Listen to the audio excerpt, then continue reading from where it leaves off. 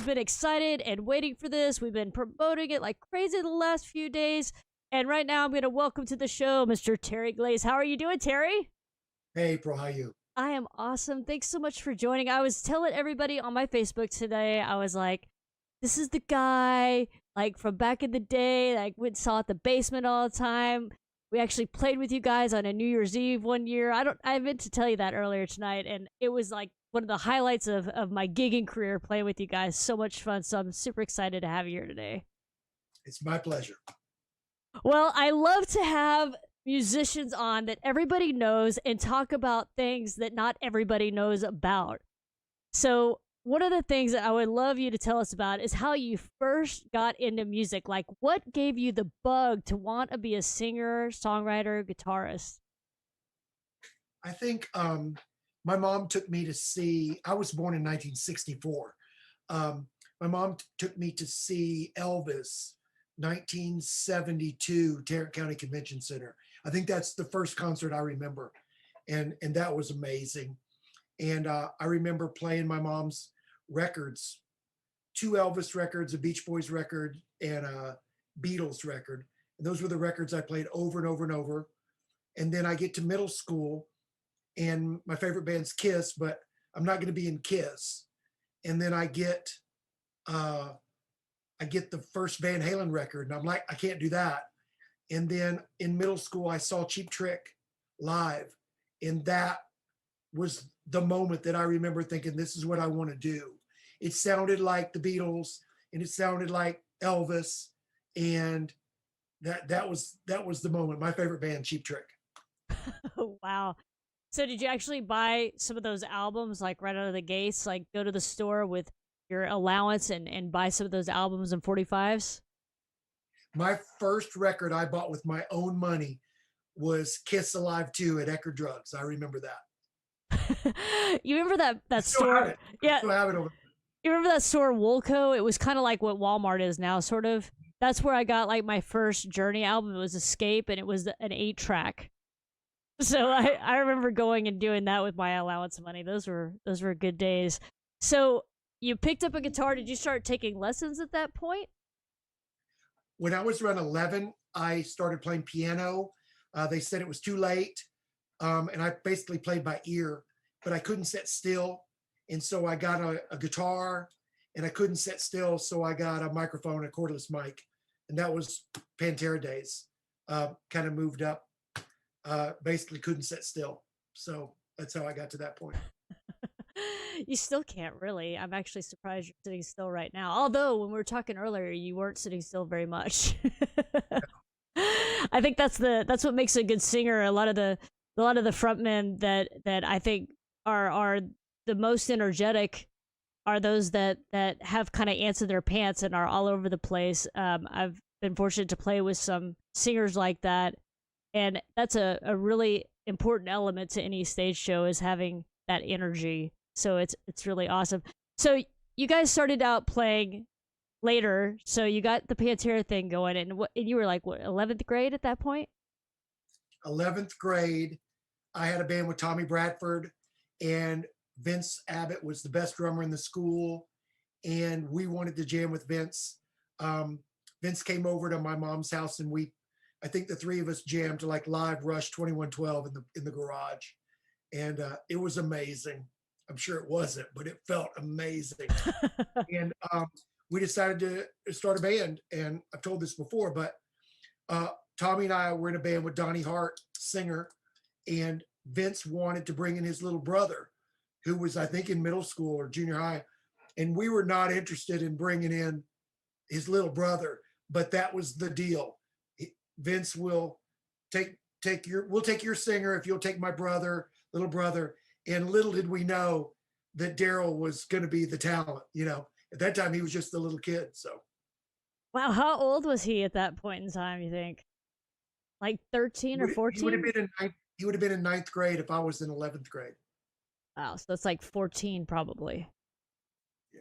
And so do you remember the first time you saw him play? Were you already kind of seeing something, or was he just kind of like, you're like, oh, he's just a guitar player or whatever? Like, did you see something in him at that point? He was really good. And this would have been probably 1980.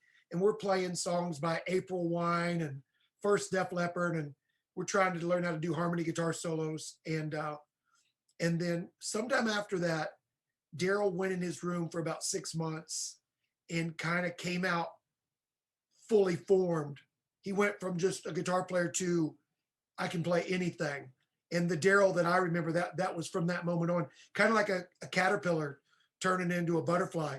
When he came out 6 months later, he could play Eruption, he could play anything. And back then there was no, YouTube or video or any way to, you had to just listen and play the record and pick up the freaking needle, or about that time is when CDs were coming out.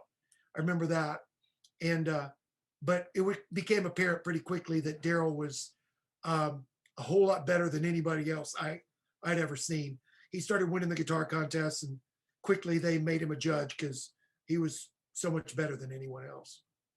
We were Wow. all still in high school. It's such a good point about the whole thing about trying to learn songs back then compared to now. Because even now, like when I'm working on cover tunes, I'll go to YouTube. I'll be like, okay, whatever drum video, and I'll watch it. And I'll be like, Yeah. okay, and I'll find the most popular one that's probably the closest to right, and then I'll learn from watching that. But back then, yeah, you had to like you would play it a little bit, and then you would stop it, and then you would rewind it or whatever. Or like you said, pick up the needle, whatever, and go back and play it again and have to slowly do that. And that was the only way you could do it. I mean, there might be like music videos, but no one had copies of them. You pull out the No, VHS or anything. no. Wow. We would hear like a new Oz, and the radio station would play like the latest new Ozzy Osbourne song, and we would tape it on a cassette and learn it, and then try and play it that night at the club. That's The band, excellent. those guys were really good. Uh-huh. That band was really good. Yeah, that's amazing. Do you remember like when you guys started writing music? Do you remember like one of the first songs that you wrote? A bunch of terrible ones. That's actually how I became the singer. We were doing 5-piece with Donnie, but I wanted to write my own songs, and I wanted to sing my own songs. And so that's how it got started. Vincent Darrell's dad, Jerry Abbott, was a recording engineer, and he would bring us in the studio on off nights when there was no one there. And so we got to learn our craft. And, while we were still in school, we recorded 10, 20, 30, 40, beginner songs. So by the time we put out our first record, we had recorded a lot of songs. So it gave us that experience to learn how to be comfortable and kind of learn how to do it, So it was an amazing opportunity and experience to play with those guys. Well, and that's really lucky to have a dad that had that kind of expertise and the ability to get you guys in and record and stuff. That's one of the biggest learning experiences right there, is being able to record and really hone a song, So I'm sure that by the time I leave Pantera, I've probably recorded 50 songs in the studio. Dang. So the point being, from then on in the rest of my life, I'm pretty comfortable in that situation, as opposed to, tense or not being comfortable. So it was such a gift to be given at an early age like that, for us to be able to learn our crafts like that. And there were a lot of awful original songs we wrote at the beginning. We all have a pile of those, man. Oh my gosh. You just don't have to talk about it. Just, hope nobody finds them, post them anywhere. Yep. Well, so then later, I know when I listen to like Lord Tracy and I listen to Pantera, they're starkly different, and so what exactly happened? Like, how did you guys end up splitting ways? I think our last show was maybe Wichita Falls. What happened was, there were 4 guys in the band plus their dad, so there were 5 of us. But 3 of them had the same last name, and when we voted, the vote never split, so you never won a vote.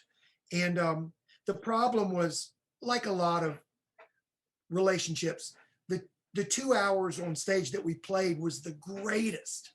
The problems weren't musical; it was just trying to get along the other 22 hours of the day. And so, that music was getting heavier. I wanted to maybe try something different, and it was no problem. We just kind of, went our own ways. Yeah. And so was it immediately like after that that you started Lord Tracy and started putting that together? Well, um, I had seen Kenley Wolf play bass with a band called Lightning. They'd actually called me to come over and check them out. I went over there with the intention of stealing Kenley, but we played a Cheap Trick song. It was a ball. They invited me to go to Memphis. I never been to Memphis. We played a weekend gig. It went so great, and they were the nicest guys. And I didn't really think at all. I just went with the force, which is kind of the way I do everything. And we just started a band, and that was it. I was in the band. Incredible. Wow. And so was everybody else already part of the band, like all the same Yep. players? Yep. They were all childhood friends. Uh-huh. That's part of the reason that Lord Tracy, those three guys had grown up playing music together. So it was just a perfect thing. They already knew that they played well together. They just wanted a front person. And also they were they were crazy enough to allow me to try anything. And I had a whole bunch of songs I wanted to play and writing a lot of originals. And so over the next few years, we wrote a bunch of songs and played and drove back and forth to Memphis and played and played and played. And then one night in Memphis, Paul Burton from Chrysalis accidentally walks into the bar with the stage stop, looks at us and says, "I want to sign you." And 2 weeks later, all these other labels are there watching us. And before you know it, we got a record deal, and that's what it was. Just right place at the right time, and being ready for that opportunity, and being aware, looking up when that opportunity walked by. And that's how we ended up with the Deaf Gods record.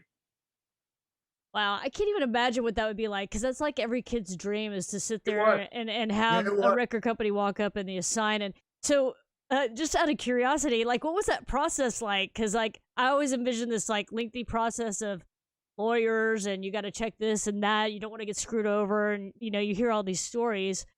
Was all that involved? Did you have like lawyers involved, and were you careful about things? Do you feel like you're looking back and you're like, No, oh, we're screwed? yeah, yeah. Um, I flew to New York, met a couple labels. I went out to LA, met a couple labels, and we ended up choosing a division of MCA, which was called UNI. And we were going to be the first American band on this label. And we thought, we can't lose. And ultimately, it was a lot like the movie Spinal Tap. And we had some great experiences and recorded a great album. And there you go.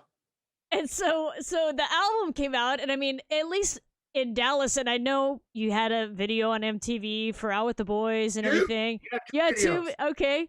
And what was the second video?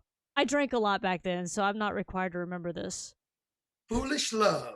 Oh yeah, it's kind of like wasn't it kind of like a black and white sort of deal, and Yeah, you guys were in a barn or something, and we told them that we wanted it to be like the opposite of beautiful models. We wanted old couple, young couple. We wanted different kind of things, but it still looked pretty hot. And we got treated like movie stars on the set. So it was a pretty cool day. It was a lot of fun. I'll bet. Yeah, I actually remember watching that video recently. I don't remember why I ran across it or why I was looking at it or whatever, but that's a great song. And of course, everybody's favorite is Piranha. I love that song. Three Headed Chick, good stuff. So that Awful. album went out. You guys were huge in Dallas. I know you guys had some stuff on MTV. You guys were getting some publicity. What the hell happened after that? Like, where did you guys go? The rock scene, I know, kind of that was part of the problem, probably. Yeah, yeah, the world changed. But we went out and toured with Ace Frehley, and it was amazing. It was awesome. And then we just kind of got lost, or just we got out of the lane, and we couldn't get back in the lane. And just a lot of bad decisions. Great music, but you know that's kind of what happened. Yeah. And Yep. how long was that like from the moment you got signed until it kind of just dissipated? I mean, it was probably 3 years, maybe, or was it even that I think long? so. I think so. Yeah. Yeah, yeah. Yeah. because I was still going out to see you every second I could back then. So I feel like it wasn't like a overnight gone thing. And you're right, Yeah. the music world absolutely changed with Yep. Seattle on us with Pearl Jam and Nirvana and everybody and all of us rockers with the long hair and whatnot. It was kind of out the window. It was actually really hard. I'm kind of glad that a lot of it's come back around and we can go out there and do this now and people dig it again. So it's really Yeah, cool. absolutely. Yeah, yeah. Absolutely. All right, so Lord Tracy gone. What happens next for Terry Glaze after that? Dallas bass player friend of mine, Rob Cooper, calls me and says, I want to jam with you. Let's start a band. So we get Rob Cooper on bass. We get one of my favorite people on the planet, Dave Heineman, on guitar, and finally get one of my most favorite drummers, Mike Millenan. And they all move with me out to LA. And they're living with me in my apartment. And we start a band up. It ends up being called Blowfish. We record a bunch of tracks at A&M. And we just didn't get signed, but we did some amazing music. And then about 94, got a chance to move back to the East. I moved to the East Coast so we could buy a house and start a family. And so I left those guys. By that time, Mike had left and was in the Goo Goo Dolls, and Rob Cooper, I think, was playing with Pete Droge, and Dave was doing Mad Scientist stuff. But for 2 years, Blowfish, that was an amazing band that just a lot of people maybe just don't know about, but that was a lot of fun. I had all these songs that I wanted to do with Lord Tracy. And so I had a good start. And then we wrote a bunch of other songs I really love. Actually, a good friend of mine, Brian Schubel in San Diego, who mix engineered Deaf Gods at A&M. He's been mixing those songs for us. And we're looking at maybe releasing an album by Blowfish maybe in the next year. The songs That's are so awesome. We found them in a shoebox. The stuff Right. is amazing. And it's so cool to hear this music from 1993 that's never been put out. So I'm working on that right now. One of my many things I'm trying to get finished today, right now. I'm very excited about it. It Dude, sounds that's awesome. so cool. Yeah, that's killer. So some of the stuff that was released previously, can you find that like out on the interwebs somewhere? Like, can people buy that anywhere? Not yet, but the stuff is there were about 20 songs, and we're mixing 10 of them right now. And I'm really happy with the way it's coming around. It sounds amazing. That's so cool. I'm anxious to hear it, man. Me too. I got to jump back on the Lord Tracy thing. I thought of something earlier I wanted to ask you. So all that stuff that you guys wrote for the album that you guys put out, that was something that you were a part of from the beginning, every single one of those songs, or was there stuff that was done before you got in the band? Jimmy wrote out. Jimmy already had Out with the Boys when I joined. Huh. Our most famous song, one of our greatest songs. Yeah. Jimmy wrote that. That's crazy. Yeah, that's cool. I mean, part of the thing that was fun about Lord Tracy, it makes me think about like Steel Panther kind of, it's like Yes. almost the same vein. It was like you were doing kind of the Steel Panther thing before Steel Panther was doing it, where you had so much fun with those songs back then. And I was just curious to know who all was involved, but I would assume that you were totally behind Piranha and Three Headed Chick, right? Well, yeah. Well, yeah. Trying to get crowd participation. Piranha. Right. Piranha was because at that time seemed like so many people were so dead serious about playing heavy metal stuff, and they were so serious. And so I was kind of trying to take the piss out of that with, singing about a fish, because fish are bad. Yeah. Do you remember the band Decline that was around that time? They were similar in that they had a song called Three Chords, and it just had three chords. And then they had a song that was just called Beer. And so a lot of the lyrics were just, beer. And so I really like that. In fact, I helped manage that band for a little bit, but that whole idea of just kind of having fun with rock and roll like that is a blast. And the things you guys, I can still picture it, the people chicks on the stage with the hard hats and going through all that. I should really do some Google searching to see, because you got to know there's got to be a video out there somewhere of that, I'm sure. We were playing On the Rocks, and Chris wanted to do a drum solo and play drums on our heads. And so the three of us had hard hats, and one of the hard hats, I think Chris's hard hat had a cymbal. And so he would play drums on it, on our, we would get on our knees and he would play on our heads, and then he would hit, cymbal on his head. And one night, some professional exotic dancers from Dallas, after they got off work, they came out and saw us, and girls started bringing their own helmets. And that's where it came from. Originally, we were doing it to ourselves, and then other victims would want to get in there. And so we were only too happy to allow them to get on their knees. Right. And Chris could hit them. But that's where that came from. Originally, we were doing it to ourselves. Yeah, because you guys would just get people up like randomly, I think, out of the audience to do that, and it was great. It was kind of like, I love the excitement of a lot of the music back then. You guys and like Billy Goat and stuff like that. A lot of the visual stuff that was happening on stage back then, and I always picture it at the Basement. To me, one of the greatest rock clubs in Dallas ever. Yes. And just so much fun to watch. I want to remind everybody who's watching right now, please, if you have any questions for Terry, be sure and pop those into the comments. We'll be sure and get to those a little bit later. All right, so we're at Blowfish right now. After Blowfish, because I want to get to the new stuff too and talk about that, and also let everybody know that we're going to be popping links into the comments here so people can find everything that Terry is doing. But after Blowfish, what happened? I moved to Maryland. I'm on the East Coast now. And a few years go by, having kids, Mr. Mom, volunteer playing acoustic guitar in kindergarten. I rocked the alphabet. I totally rocked the alphabet. And then one of the last musicians I played with in LA before I moved to the East Coast is one of my best friends, Mike Harrington. He's a drummer, songwriter. And so we start sending tapes back and forth of ideas.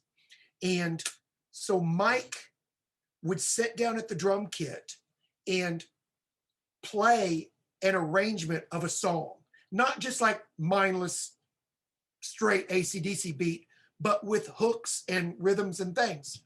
And then I'd write songs. He'd send me the drums. And so I would get inspired listening to the drums, which come first, and I'd write songs to it. I'd write guitar and write bass, and I'd do all the vocals, finish it, send it back to Mike, and Mike would hear the song for the first time with him playing drums on it. It's so backwards. But the songs never would have happened without Mike first writing these cool arrangements that inspired the songs. And so we went years, and we put out a couple records on iTunes, and we called the band Mike and Terry. And it was like the Wiggles, right? It was just this little thing. And then we decided to try and do it for real. And we got one of my most favorite producer, recording engineer, mixer guys, good friend, Neil Kernan. And he took our tapes, which kind of sound like 2 tin cans and a string. And I sent the songs to Chicago, and Neil made it sound like a band, like a record. And so we decided to change the name of the band because all of a sudden now it sounded legitimate. And so we changed the name of our duo to Raised by Gods. And that was probably around 2010. And then a few years back, we did a second Raised by Gods called Too Late Now. And those records are on iTunes. And those are, up to that moment, my most favorite music I've ever done in my life. Kenley Wolf played on a couple of the songs, but those records, I'm so proud of the songs, and there's some of my most favorite stuff I've ever done. And so if you haven't checked them out, please try and check it out. I really love that music. Yeah, I'll be sure and put some information in the comments here so people can check out Raised by Gods too. So I assume they could get them check out on Spotify, iTunes. Yeah. Amazon, everywhere. Very cool.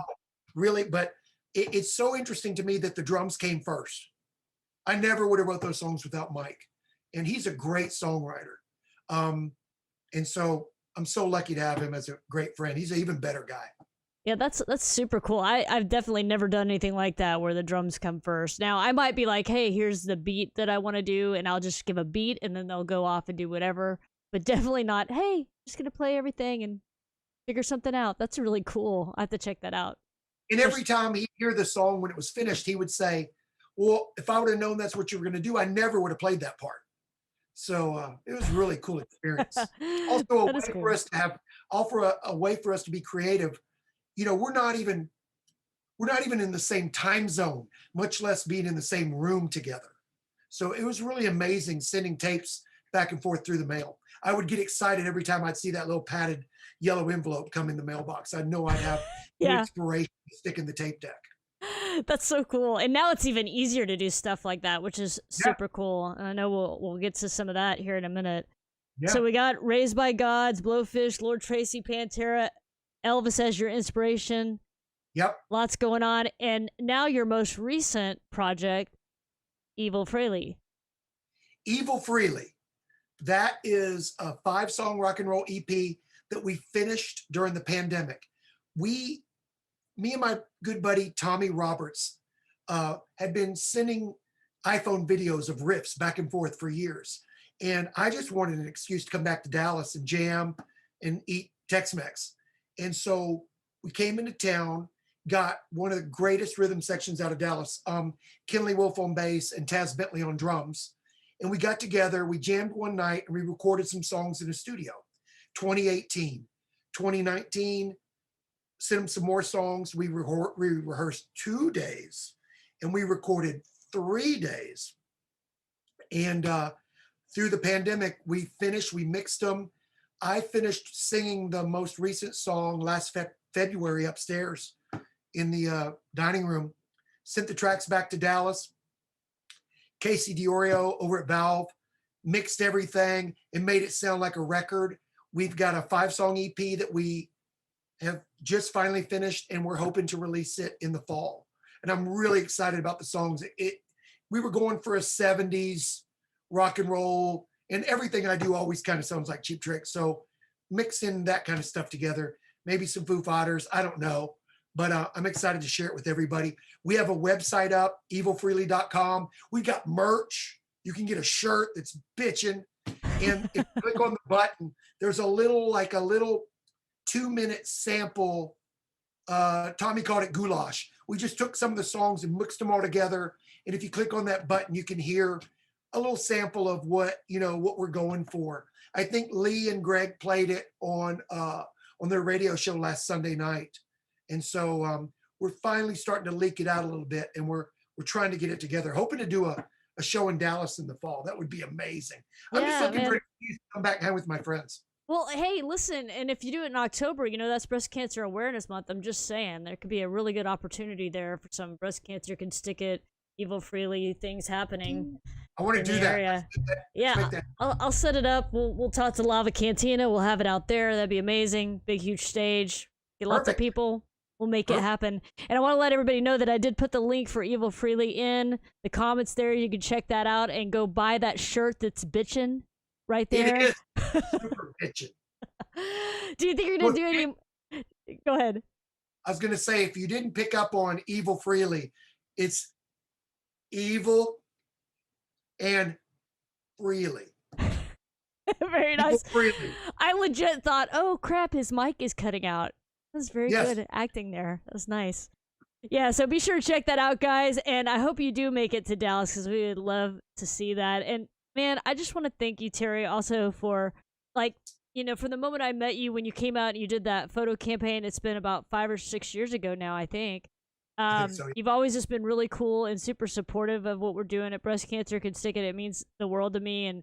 And having you do the Last in Live show a few years back with Buddy Blaze. And just having you on tonight. You send me stuff all the time for auctions, which is killer.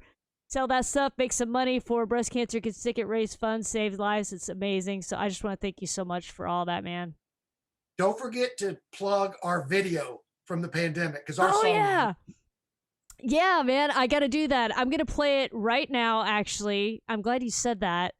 Yeah, well, you know what? I have to link to it. So I will link to it so that everybody can check it out. But yeah, in case people don't know they're watching right now, we did do a song during the pandemic. It was myself, Terry, Kenley Wolf, and Andy Timmons. We did a Judas Priest tune. It is up on our YouTube channel, youtube.com/breastcancercanstick. It's youtube.com/breastcancercanstick. And it's one of our top videos still, one of our top 3 videos happening right now. And it's been out there for, almost a year, I think. It's been out for a while, man. And it was so much fun to do that. Like I mentioned to you earlier, Terry, it's so cool to just get get with some of the most talented people and do some really fun stuff. So it was really an honor to do that tune with you, man. It was my pleasure. I was just thinking, if we ever get a chance one of these days and the four of us are in the same room, we'll get together and jam that tune. Well, see, what we have to do is we'll put together this event. See, I'm already almost done putting the event together in my head. We got Evel Frehley. We've got Andy Timmons will come out. We'll have it at Lava Cantina. Lee will be running sound. I mean, it's all set up right there. I mean, I'm almost done. I'm in. You I got just say when and where, I'll be there. I got Bullet opening up the show. You know, see, I'll work it out. We'll let you know. Throw you some bucks so you can get here, that kind of thing. Woo! Bucks. Yes, we live for bucks, man. But thank you, man, so very much. And everybody be sure to check out all the links that we popped into the comments related to Terry Glaze and find out what he's doing, where he's playing, the merch you can buy, the albums you can buy, everything out there. And we'll look forward to seeing some Blowfish. Let's see what we got. Ace Frehley, so it's Evel Frehley. Just remember that, ladies and I'm not sure. Cool. I don't have any Evel Knievel stuff here, but I need to get some. You need to get that little wind-up thing. You remember when we were kids? It's like that. Yeah. The wind-up thing, and it just hauls, and we got to get you that. That's what you need. That would be amazing. No, see, that's what I'm going to do to lure you to the event that we're going to hold for Breast Cancer Kids Ticket. I'm going to get you the little Evel Knievel toy, and then you'll show up for that. That'll be great. I am in. Just stay in. Awesome. Well, thanks again, Terry. You have a great night, and I hope to talk to you really soon. Y'all take care. I hope I see all y'all soon. EvelFrehley.com, LordTracy.com, whatever. Excellent. If you're around, if you're in the neighborhood, knock on the door, come on in, we'll have a cold beer. And that's no lie, man. Thank you so much, Terry. Have a great night. See y'all. See ya. And we're going to show you some stuff from Last in Line date back a couple of years ago when Terry got up with the Breast Cancer Kids Ticket Band. So check this out right now.